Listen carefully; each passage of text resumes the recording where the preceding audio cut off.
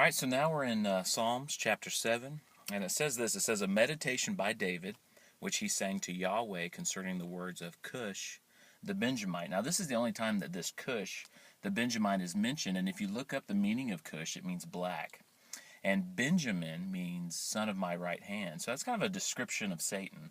You know, you can imagine he's black now as far as his darkness, and he was very high with God before he rebelled.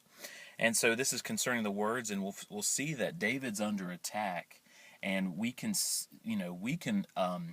sympathize with this, and we can relate to this because we're under spiritual attack, and that's really how we should take a lot of the Old Testament, is that it is a spiritual symbol for us, and their physical wars are lessons for us with our spiritual wars. So here's what David says. He says, Yahweh my God, I take refuge in you.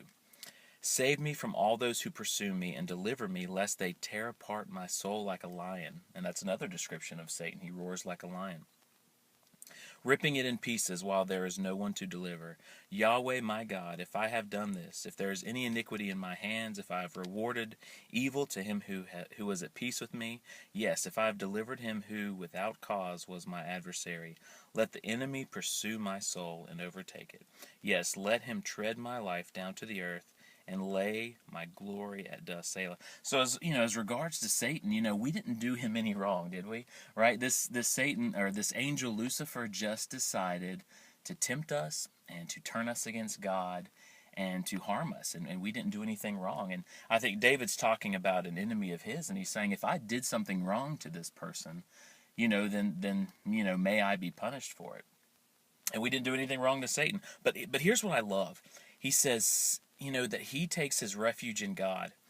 And he says in verse 2, lest they tear apart my soul like a lion. Now our soul, we're 3 in 1, I believe, according to, it's either 1st or 2nd Thessalonians that talks about us being spirit, soul, and body. You know what your body is. Your soul is your mind, your will, and your emotions. And then our spirit, we just really can't feel that. And that's really where, it's hard to tell that you're born again. You get a new spirit, and that can be hard to tell. But isn't this true that our soul, our mind, our will, and our emotions just get so torn up in life? Life can be so hard, and there's depression, there's anger, there's this, there's all these feelings and these thoughts that really you could get torn up with. And I've heard people who have been through some very difficult times emotionally and psychologically, and they have said that they would rather go through physical pain than have to experience that. And you'll probably agree, right? I'd rather have a broken leg than a broken soul, a broken heart. And so this is where the enemy attacks us. But he says he takes his refuge in God. So that's my question to you, that we're all under attack. We're all tempted, and Satan's trying to rip apart our souls, rip apart our minds. He's trying to make us crazy and depressed and angry or arrogant or reliant on things we shouldn't be reliant on. And I just wish we could see things from God's perspective. I wish we could see our souls like God sees them.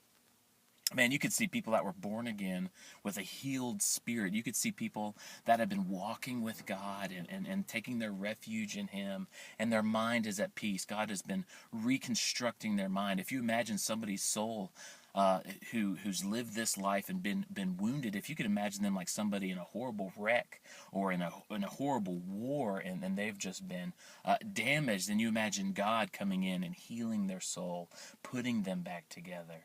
That's what's happening. I wish we could see that. But my thing to you is, do you take your refuge? Do you get your healing and your protection from the attacks from God and His people? Because, His body is the church right now. And so I don't want us to think that you as an individual go to God alone. You go to Him and His body. You go to a community of people. That's healed me. I go to God and His people because God speaks through His people. That's why we have the Bible. God spoke through people, right? That's to teach us that that's just how He does things. That's how God chose to do things, is to make us a community where we get things from God through other people. So do that. If you struggle with depression, anger, arrogance, all these things, just go to God, go to His people, and they will be refuge for you in a world that attacks you.